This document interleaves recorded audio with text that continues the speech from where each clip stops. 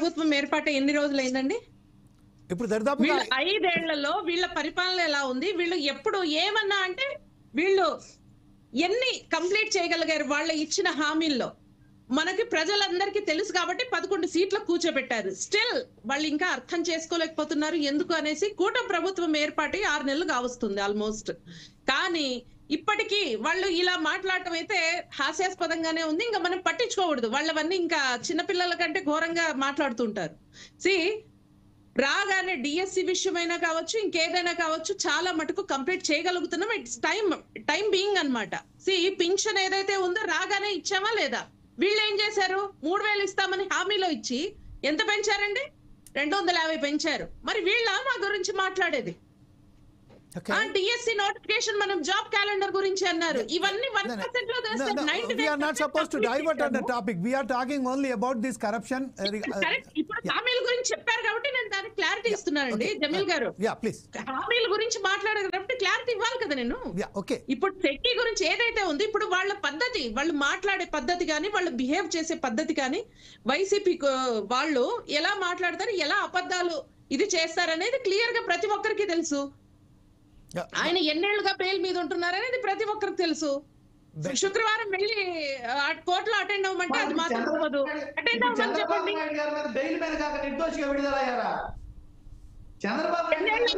జగన్మోహన్ రెడ్డి ఎవరికి ఉంది బయటికి? కోడికత్తి కేసులో కనీసం అటెండ్ అయ్యారు? కోడికత్తి కేసులో అటెండ్ అయ్యారా? కోడికత్తి కేసులో కనీసం అటెండ్ అయ్యారా ఆయన?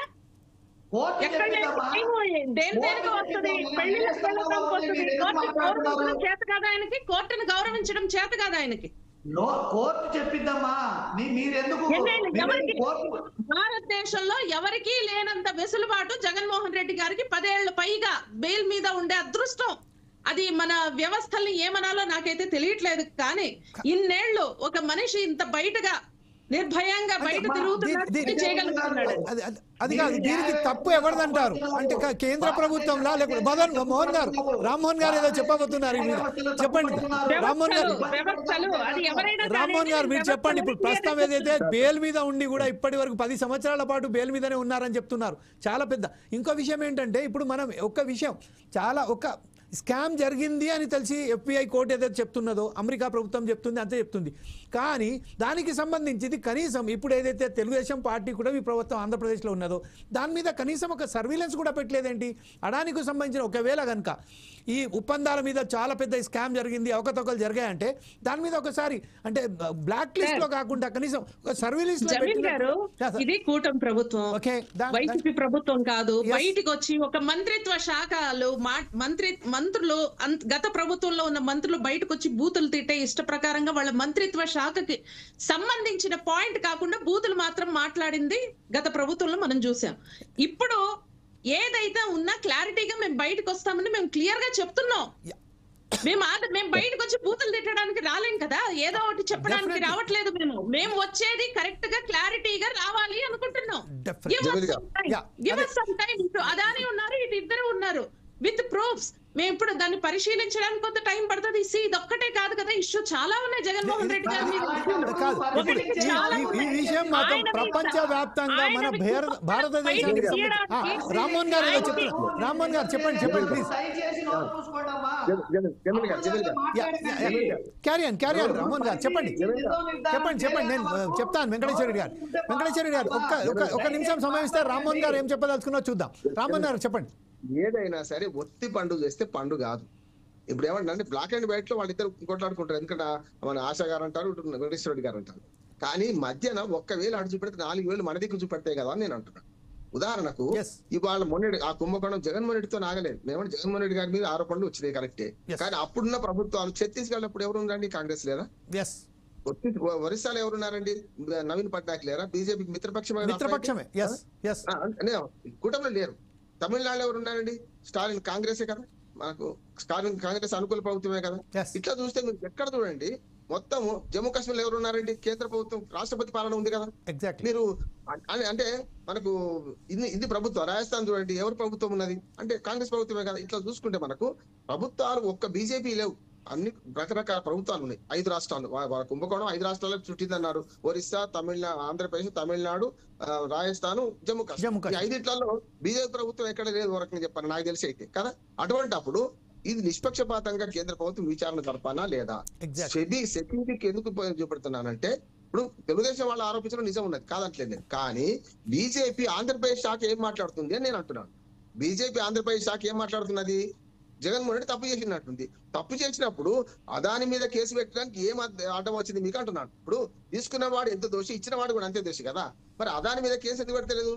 సెకీ అనేది మధ్యవర్తిగా ఉన్నప్పుడు మన బిందు గారి ప్రశ్న ఒకటి మంచిది ఉన్నది. ఏంటంటే మన గుజరాత్ కు ₹99 ఇస్తారు, ఇదే సెకీ అదే. ఇటు ఇక్కడేమో ₹2.60, $2.49 ట్రాన్స్పోర్ట్ చార్జెస్ మేడం. ట్రాన్స్పోర్ట్ 11 పైసలు ట్రాన్స్పోర్ట్ చార్జెస్, ₹2.60 అవుతుంది. నిజం కదా. మరి ₹1.99 ట్రాన్స్పోర్ట్ చార్జెస్ ఇంకా సెపరేట్ ఉన్నాయి సార్. 2.49 వాళ్ళు కొన్నదే 2.49 కి. ట్రాన్స్పోర్ట్ చార్జెస్ ఇంకా డిఫరెంట్ ఉంది. ఉన్నాయమ్మా, వాళ్ళు 2.49 కే కొన్నారు. 10 పైసలు 11 పైసలు వాళ్ళు అంటున్నారు జగన్మోహన్ రెడ్డి గారు. ఇంకా ఎక్కువ ఉండొచ్చు కాదంటలేను. ఎక్కడో రాజస్థాన్ లో ఉత్పత్తి అయిన కరెంటును మనం తెచ్చుకోవడానికి చాలా లైన్లు వేయాలి, లేకుంటే దక్షిణ గ్రిడ్కు అనుసంధానం చేయాలి. ట్రాన్స్పోర్ట్ చార్జెస్ అదనంగా ఉంటున్నాయి. కానీ ₹1.99 గుజరాత్ ప్రభుత్వాన్ని సప్లై చేసిన ఇదే అదానితో కుదుర్చుకున్నాం. ఎవరు కుదుర్చుకున్నారు ఒప్పందం? సెకీ కదా. సెకీ మీద చర్యలు తీసుకునే అధికారం మనకు లేదు, మీ కూటమి ప్రభుత్వానికి లేదు. ఎందుకు? సెకీ అనేది కేంద్ర ప్రభుత్వ రంగ సంస్థ. సెకీ మీద ఎవరు తీసుకోవాలి? కేంద్ర ప్రభుత్వం తీసుకోవాలి. ఇప్పుడు బీజేపీ ఏం చేస్తుందంటే కూటమిలో కలిసి ఉన్నాం కనుక అదాని దొంగ అనలేకపోతుంది. ఇటుపక్క మాత్రం జగన్మోహన్ రెడ్డి తప్పు చేసి అంటుంది కదా. నేనేమంటున్నాను మేడం, మీరు తెలుగుదేశం ప్రభుత్వం ఉన్నది, మీరు చర్య తీసుకునే అధికారం మీకు లేదంటున్నాడు. తీసుకోవాల్సింది బీజేపీ కదా, సరే కేంద్ర ప్రభుత్వం కదా.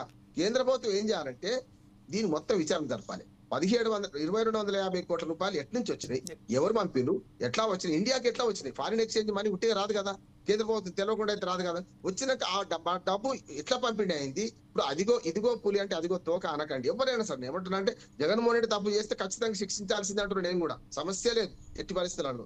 గతంలో ఆయన చేసిన పొరపాట్లన్నీ గంటాపాదంగా నేను, వెంకటేశ్వర రెడ్డి గారు కూడా, మన పాదయాత్ర వెంకటేశ్వర రెడ్డి గారు మేము కూడా ఘర్షణ పడ్డ సందర్భాలు ఉన్నాయి. నాకు ఈ కులం లేదు, మతం లేదు, మీ పార్టీలకు సంబంధం లేదు. అక్కడ మీరు అన్నది కరెక్ట్. ₹1.99 అక్కడ ఎట్లా అమ్ముతారు, ఇక్కడ ₹2.60 ఎట్లా అమ్ముతారు? ప్రశ్నిద్దాం. ఎవరు ప్రశ్నించాలి? ఎవరిని ప్రశ్నించాలి? సెకీ 7% కమిషన్ తీసుకుంటుంది. కమిషన్ పాత్రధారి, దళారి అంటారు మనం. దళాలు అంటాం కదా, కమిషన్ ఏజెంట్ అంటే దళాలే మనకి, ఇంకోటి ఏం కాదు, బ్రోకర్ అంటాం మనం. ఆ బ్రోకర్ పాత్ర నిర్వహించిన సెకీ కేంద్ర ప్రభుత్వ రంగ సంస్థ. దాని మీద చర్య తీసుకునే అధికారం కేంద్రానికే ఉంటది. విదేశాల నుంచి డబ్బులు వచ్చినప్పుడు దానికి ఆసుపాసులు కనుక్కునే బాధ్యత కేంద్ర ప్రభుత్వానికే ఉంటది. ఇక్కడ ఆధారం లేవంటూ అనవసరంగా ఆధారాలు చూపెట్టి అనవసరంగా అభాండాలు వేసే బదులు మీరు ఇద్దరు ఏం చేయాలంటే ఇటు వైసీపీ కానీ అటుపక్క టీడీపీ లేకుంటే మిత్రపక్ష ఎన్డీఏ కూటమి కానీ అయినా కేంద్ర ప్రభుత్వం ప్రశ్నించండి. ఆంధ్రప్రదేశ్ బీజేపీ శాఖ ఖచ్చితంగా జగన్మోహన్ రెడ్డి తప్పు చేసింది అంటుంది. మరి ఏమో ఇక్కడ ఆధారం లేవని వెంకటరెడ్డి గారు చెప్పారు. ఏది నిజం తెలవాలి, ఏది అబద్ధం తెలవాలి కదా. ప్రజలకు వైట్ అండ్ బ్లాక్ చెప్పండి. ఇంకొకటి కూడా ఒక మాట్లాడి ముగిస్తారు సార్. ప్రజలకు ఈ అవినీతి ఇవన్నీ ఏం పట్టే సార్, నాకు కరెంట్ వస్తుందా లేదా? గురజాడప్పారావు గారు కన్యాశుల్క కర్ణాటకలో 1891 రాసిండు. ఏమన్నాడంటే ఒక మాట సార్, ఏమన్నాడంటే అయ్యా మనకు కావాల్సింది స్వాతంత్రం వస్తే ఏం జరుగుతుంది అంటే ఏమంటారంటే, స్వాతంత్రం వస్తే మా హెడ్ కానిస్టేబుల్ ట్రాన్స్ఫర్ అవుతారా సార్, నాకు విజయనగరం రైల్వే స్టేషన్ లో నా లంచం తీసుకుంటున్నాడు, వాడు ట్రాన్స్ఫర్ కావాలని అన్నారు. ప్రజలకి ఈ ఒప్పందాలు ఏం తెలియదు సార్, నాకు కరెంట్ వస్తుందా లేదా, సరి అయిన విధంగా రేట్లు వేస్తున్నారు లేకపోతే సరి అయిన విధంగా అందిస్తున్నారు, అంతవరకే పరిమితం అవుతారు. మన రాజకీయ చర్చను తీసుకపోతే ప్రజలు పట్టించుకోరు సార్, పార్టీలు పట్టించుకోవాలి, కేంద్ర ప్రభుత్వం పట్టించుకోవాలి. ఇదంతా నేను అంటున్నాను కేంద్ర ప్రభుత్వం బాధ్యత. ఈ మొత్తం కుంభకోణం మీద ఎంక్వైరీ జరిపించాలి, దోషులను శిక్షించాలి. ఇదే విషయంపై లాస్ట్ గా ఒకసారి మీరు వెంకటేశ్వరి గారు మీరు చెప్పండి. ఇప్పుడు ప్రస్తుతం ఏదైతే చెప్తున్నారో, ఇప్పుడు ఏదైతే రామ్మోహన్ గారు చెప్పారు, దీనికి ఏకభిస్తున్నారా లేదా? రామ్మోహన్ గారి విషయంలో ఒక పాయింట్ నేను చెప్పదలుచుకున్నాను.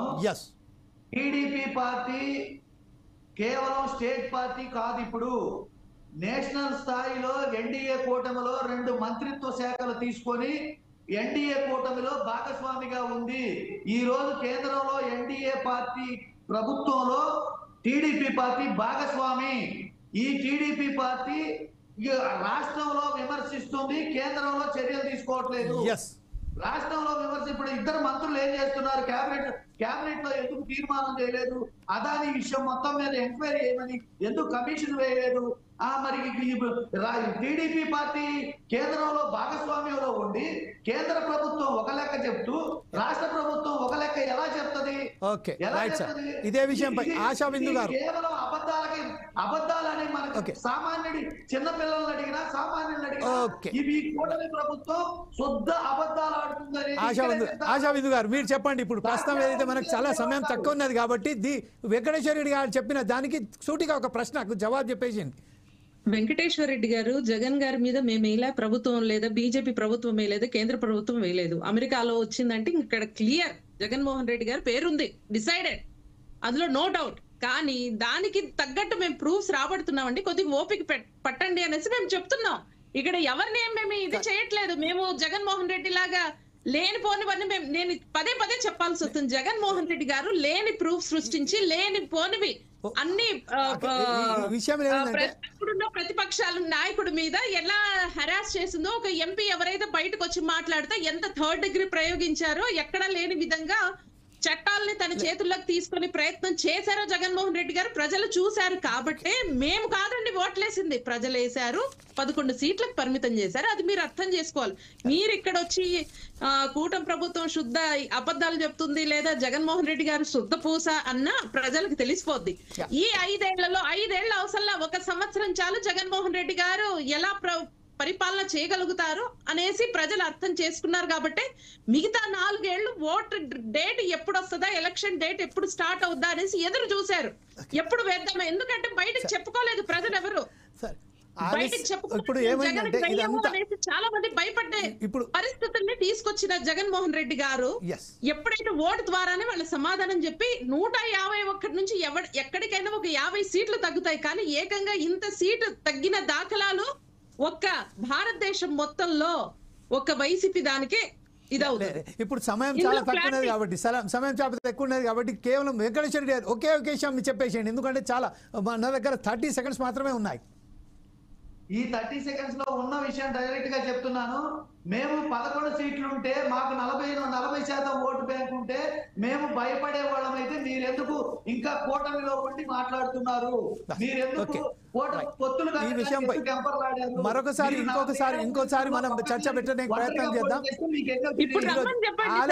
ఆలస్యం అమృతం విషయం లాగా ఏదైతే ఉన్నదో ఈ ప్రభుత్వం గాను కేంద్ర ప్రభుత్వంలో ఉండగా కూడా అక్కడ చర్యలు తీసుకోకపోవడం అనేది రాష్ట్ర ప్రభుత్వాలకు సంబంధించింది. కేవలం జగన్మోహన్ రెడ్డికో, తెలుగుదేశం పార్టీకో, జనసేన పార్టీకో, కేవలం మన రాష్ట్ర ప్రభుత్వాలలో ఏదైతే జోక్యం చేసుకొని బీజేపీ ప్రభుత్వం తన ఆట కొనసాగిస్తున్నదో దానికి సంబంధించిన చాలా ఒక బ్రహ్మాండంగా ఒక ఉదాహరణ మనం తీసుకోవచ్చు.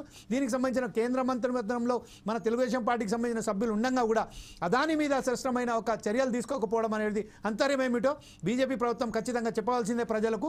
అయితే ఈ కార్యక్రమం ఈరోజు సమయం భావన చాలా తక్కువ ఉన్నది కాబట్టి ఈ కార్యక్రమాన్ని ఈ అంశం చాలా పెద్దది, ఇంకా దీని మీద జరగవలసిన చాలా ఆవశ్యకత కూడా ఉన్నది. దీనికి ఇంకోసారి కొనసాగిస్తాం. ఇప్పుడు ప్రస్తుతం ఏదైతే మనతోటి కార్యక్రమాల్లో పాల్గొన్నందుకు ఆశా బిందు గారికి, అలాగే వెంకటేశ్వర రెడ్డి గారికి, బండారు రామ్మోహన్ గారికి, వెంకటరెడ్డి గారికి అందరికీ ధన్యవాదాలు చెప్తున్నాం.